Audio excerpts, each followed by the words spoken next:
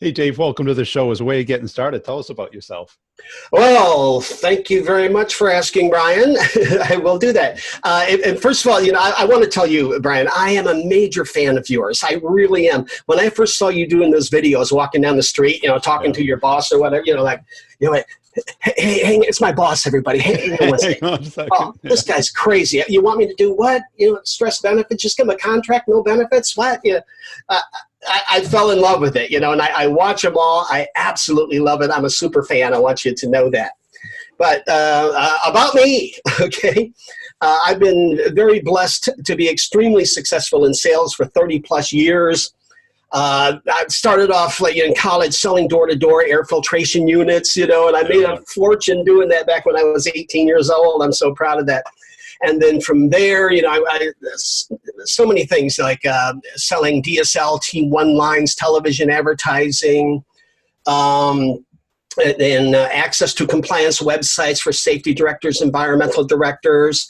And most recently, I'm so proud of this, is in my book right there. If I may just brag for 1 second, okay, How to Be a Great Salesperson by Monday Morning. And this was released March 2nd, 2017. And I love telling the year when it was released because every year I sell more and more books. Every year it's just more and more. And 3 months after my book was released, it was selected as a top 10 must-read book in sales and marketing by Top Sales World. So congratulations. Oh, thank you. I was like, wow. Yeah. So that's very exciting. Oh, what was your hardest sales job? My hardest sales job? I'll tell you the truth. My hardest sales job, let me think about this for a second. I was living in LA. It was back in the 70s, and I was selling toner, ink for Xerox machines. I think everybody's paid their dues in that one. I'd have to be at the office, like at 6 a.m. on the phone selling toner to the East Coast. It was like, oh my God. Oh boy, yeah, the time change is a killer. It was brutal. It was just, that was my worst one. Okay, how about the most complex? The most complex. I would say probably selling access to compliance websites, for HR directors, safety directors, and and I'm even doing that now, and it's actually a lot of fun. I really love it because it's just keeping everybody on the right side of the law. HR directors like to say, it's very detailed, but it's so much fun doing it. Yeah, well, that brings up a great point because I talk about it a lot as far as talking about what the other person cares about. How they get rewarded. Yeah. Not what they should care about, but what they do care about. Uh-huh. Because a lot of us, we talk about what the product does, how it works, how it's different, how it's better.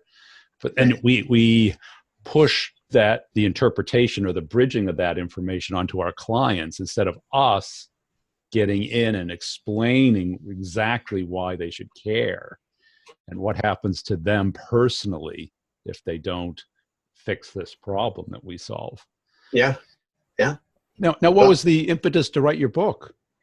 Well, I'll tell you, the reason why I wrote my book, like I said, I've been very blessed to be very successful in sales for 30 years. Every place I've ever worked, top producer, I'm very blessed, okay? And the reason why I wrote my book, Brian, is because I heard somewhere, I read it somewhere, I can't remember, is that everybody should write an autobiography. Everybody should write their own story for their children so their children know more about them. Yeah. So I thought, yeah, that's a great idea. So I'm thinking of all the success I have in sales, and I thought, I wrote the book for my son because I want my son to know all my stuff. I want him to know everything I know. I don't want to leave this world thinking there was something I could have said to him to make his life easier, and I didn't. So that's why I wrote the book. And most recently, I have to tell you, I did an interview with, I know Jack Canfield, Chicken Soup for the Soul, Success Principle. I had an interview with him, and I told him that same story, and he looked at me and says, "Oh, so it was written with love." And I went, yeah. I didn't think of it like that, but it was. And I think that's one of the reasons why the book is so successful is because people pick up on that. I get people emailing me saying, I feel a connection with you. I feel something, so yep. That's why. And your son's in sales? No, he's not. Well, what happened? A failed childhood, huh? no, actually, he works for, in college, he majored in computer science and Japanese, and right now he's working for Charles Schwab. A perfect combination. Yeah, that's something. So, but, aren't we all in sales? I mean, if there's little tricks, just saying someone's name so you get their attention first, just, little things. So, yeah. That's it, because I wrote my book, what I found by doing it, it's a great exercise. Oh, yeah. Right, because we have our notebooks, we have our memory, we have our system, we have our habits, but they're easily misplaced, forgotten, and not accessible at the moment that they're most helpful. Yeah. Oh, yeah. How many sales meetings have you left and you go, I should have asked this question. I should have closed for the next step. I should have done this. Yeah. We kind of recognize why they asked that question, that there was a lot more behind it than just the words. Yeah.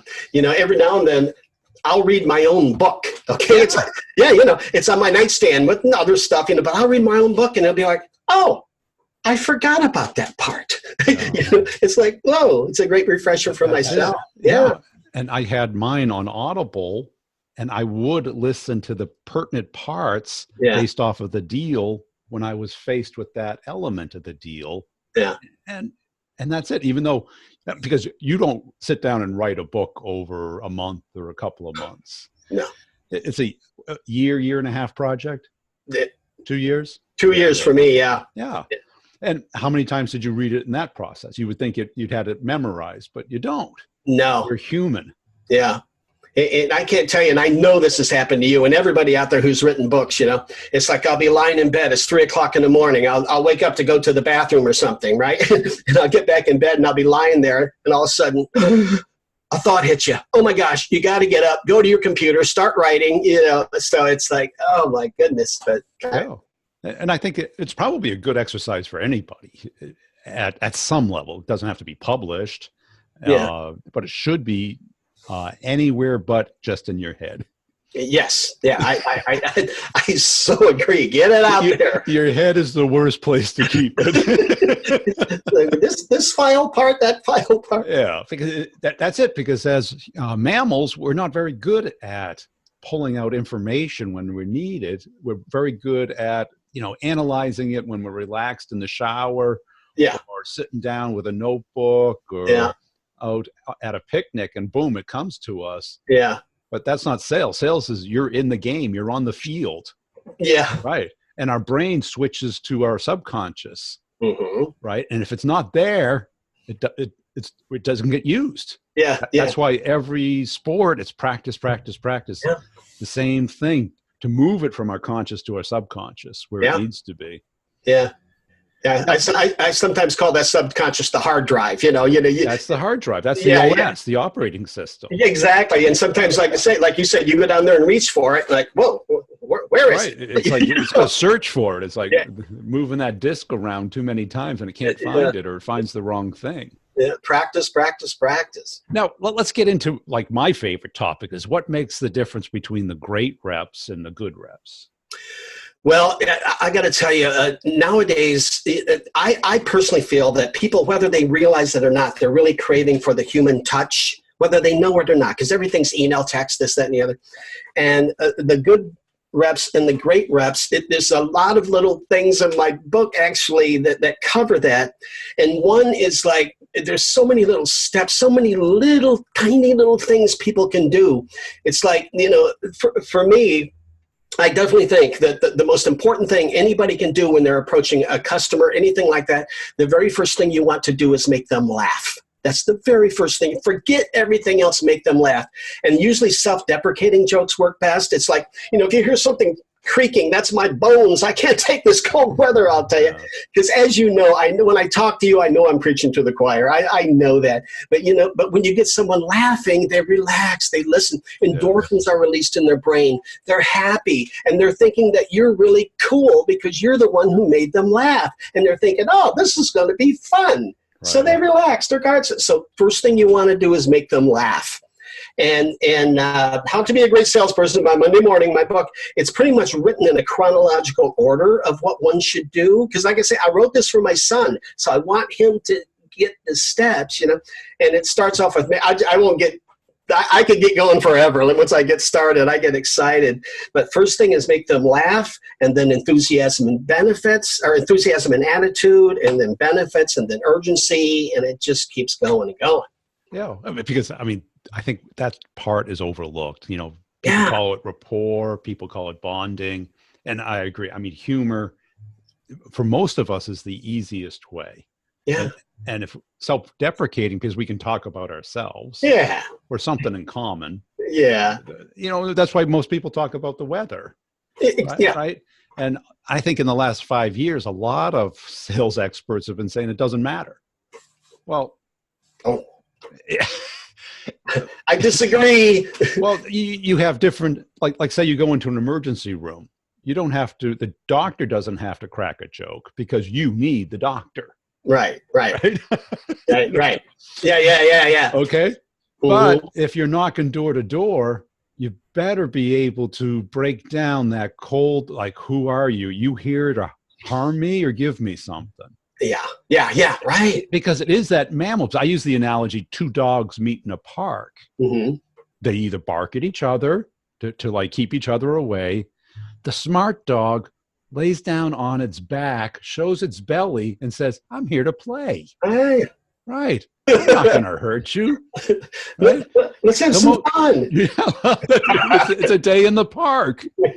Right. And that dog makes a lot of friends. Yeah. And I think we are naturally very cautious of strangers. Yeah. Because that's what selling mostly is. It's conversing with strangers. Yeah. And who teaches us that? Did your parents teach you how to talk to strangers? They said, don't talk to strangers. Exactly. Yeah. Right. Don't make eye contact. Don't talk to strangers. Right. Yeah. Because they are outside of our tribe. Yeah. And humor is basically showing your belly. It's saying, I'm not here to hurt you. Yeah. But let's have, at minimum, a fun conversation. Yeah. Brian, when I was a freshman in college and I was selling air filtration units, right? Not a lot sexy about that. You had to make it sexy. I'm 18 years old, but did incredibly well in that job, though I'm so proud of it when I look back. But I used to go in someone's home and I'd have on my sport coat. And I'd go, do you mind if I take off my sport coat? They go, no, go ahead. So I'd take off my sport coat. I'd turn my back to the customer and I go, oh my gosh, excuse me, this isn't the shirt with the hole in the back, is it? Right, exactly. And they'd start laughing. And it never failed. After somebody started laughing, they were like, oh, can I get you a drink? You want anything? I'm like, oh yeah, that'd be nice. Okay. Right. Because with humor, you align yourself with them. Yeah. You become part of the tribe almost instantaneously because you're talking about what they care about. Yeah. And people say, well, I don't have a sense of humor. It's like the hole in the shirt didn't take comedic skill, did it? No. I didn't have to graduate from the improv to figure that one out. You didn't. And people just, joking about the traffic, about the time of year, the craziness that's going on in the world. I'm afraid to get out of bed with everything going on. I'm going to stay in bed. Call me in a year. Yeah. It's funny. What other things did you see the difference between great reps and okay reps? Another thing is, and here's a simple little thing. I got a list, let me tell you. But another thing, everyone listening, these are things I'm so thrilled to share these with people. It's like somebody's name, okay? Yeah. The sweetest sound to anyone's ears is the sound of his or her own name. You can never, ever, ever, ever, ever say your customer's name too many times. And think about this, okay, once I get going here, Brian. Okay, so anyways, but the thing is, when you say someone's name, okay, now listen, everybody, you own their thoughts for 3 seconds. So it's like if I go, Brian, 2, 3, 4, I own your thoughts because it's been programmed in us since birth. It's like your mother says your name. You listen. Somebody said, if I go like Ted, everybody named Ted, I just got their attention. So when you're doing a demonstration or something like that, let's say you're coming to a wow factor in your presentation, first say your customer's name. You will have their undivided attention, And Tom, Two, three, four. Tom, I wanted to point out this here, so that's very, very important. You're bonding. Every time you say their name, you're bonding. It's these tweaky little things, I think it's first, you got to make sure you know how to pronounce it correctly. If it's a Tom, do they want Thomas or Tom? Yeah. Now, there you go. It is a sign of respect. Oh, indeed. Yeah. Because, the Mr. or Mrs. today isn't as often used. Yeah. Yeah. But it is a sign of respect and sign of that you put enough energy in to want to say their name the way they want. Yeah. Right. No, definitely. It's like you use your middle initial probably because it's a common name.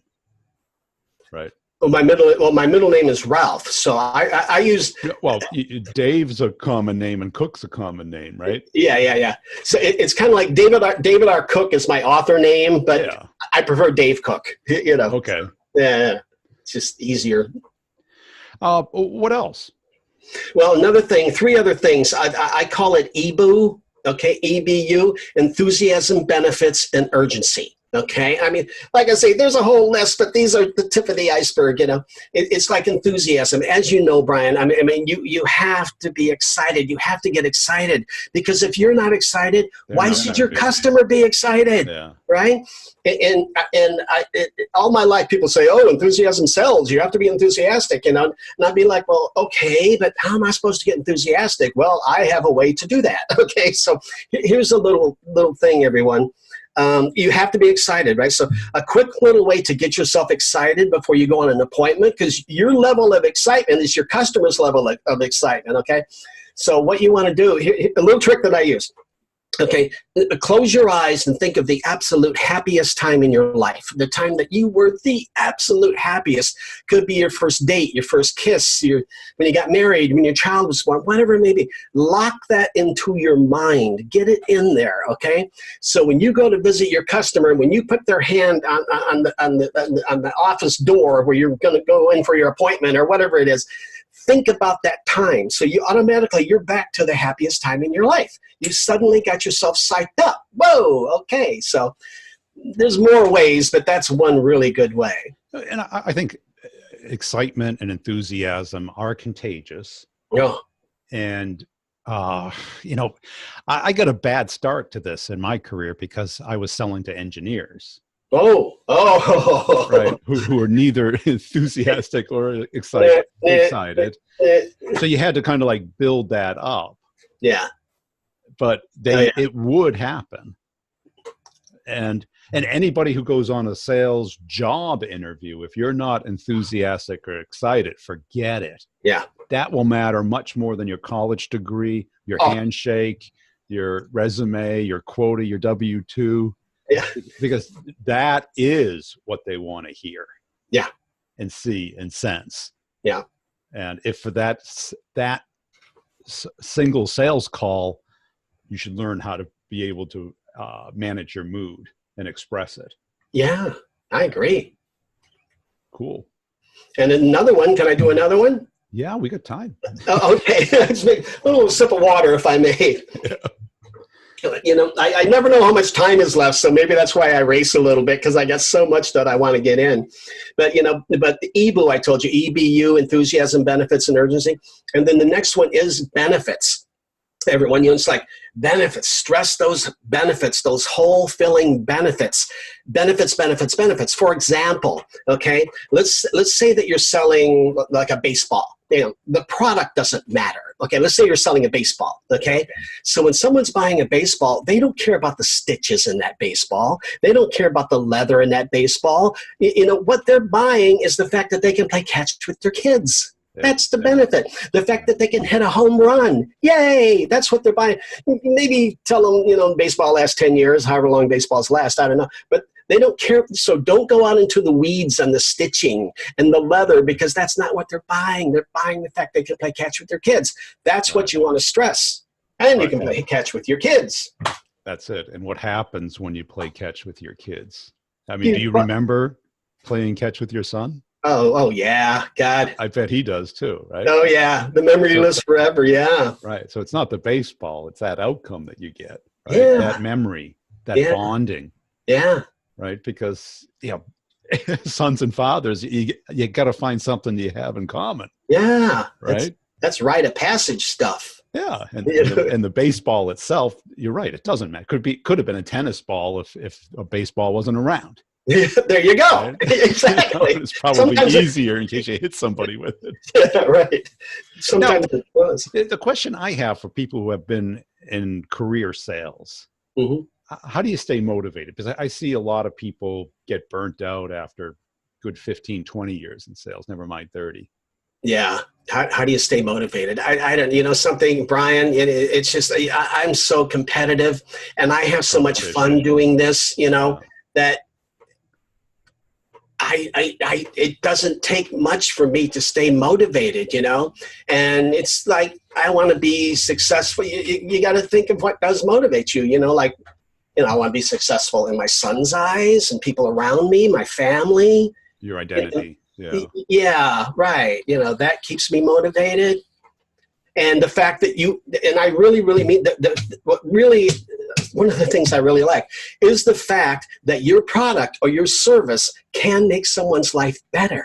That is. I get a major kick out of that also, so that motivates me. And they call me up later or send me an email about my book or something. Dave, thank you. Oh, that was so awesome. I love it. And I'm like, yay, Yeah. So those kind of things. And what separated you from the rest of the pack when in the company?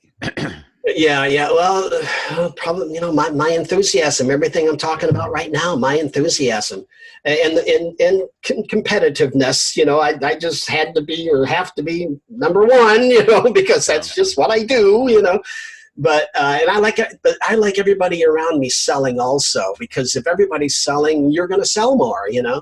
But it's mainly things I'm talking about right now. It's what always kept me number one: being excited, stressing those benefits, saying the customer's name over and over, making them laugh right up front. Get excited. It's a party. Have fun. Turn it into a game. People love playing games. Right. Make it a game. Yay! Instead of being stiff and worrying about the rejection. Yeah. How do you bond with another person? How do you communicate with them?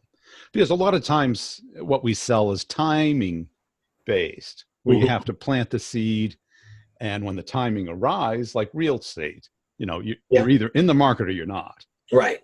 You're not going to convince somebody to get into the market. Right. Maybe for a summer home or timeshare or something. But, the triggers, you wait for them. They get married, they have kids, they retire. Whatever it is, they get relocated. It's a trigger event, but they will most likely go with either the realtor they know, like, and trust, or a referral from somebody who has that relationship with them. Yeah, exactly. And do you have any particular routines that you do daily to kind of keep you excited and focused and not get burnt out? There is no question about that one. Yes, I do. Okay. And you ask these questions and it sets me off on a whole, I love it. And it's affirmations. Okay. This is what I do to keep myself pumped up, and I'll tell you, everybody, these affirmations, they start at night. Okay. When you go to bed, for me, they don't start. I tell everybody, start them at night, because I am, use the words I am, because you can Google that. The words I am are very powerful, But at night, before you go to bed, I am blessed. I am happy. I am the greatest salesperson in the world. I am this. When you're going to sleep and you're in the twilight, say this stuff, because when you wake up, that'll get into your body all night, positive, wonderful stuff. Yeah. Now, in the morning, what I do, I set my alarm every morning for 6:20 a.m. Okay, goes off, and between 6:20 and 6:30, that's when I start my affirmations. Okay, I'm a blessed individual. I am positive. I am happy. Greatest salesperson in the world. Whatever works for you. All the I ams. Whatever works for you. And then I say a prayer for the world so everybody's happy. And then I pop up out of bed, because a lot of people. I tell people, people get up in the morning and the first thing they put on is their clothes. And it's like, no. It's all reactive instead of proactive. Yeah. The first thing you have to put on is your attitude. That's the first thing you put on. Yeah. Because your attitude is like shirt. People can see your attitude like they can see your shirt. Okay. Right. Oh, it comes through. Yeah. Yeah. Make sure that if your attitude isn't right, stay home. Yeah. Yeah, you know. Yeah. And where can people go to get your book? Well, I'll tell you exactly where they can go. On my website, it's very simple. I'm happy to say it's davidrcook.com. That's it, davidrcook.com. And also, Brian, if I may say, I am extremely proud of, I recently released my masterclass. The book, there we go. These cameras kind of throw me off sometimes. The book, you know, it's like an hour and a half read. You can read it on the weekend, and you can go in Monday morning with tips that I think you'll find quite mind-blowing, and they're definitely going to work for you. And the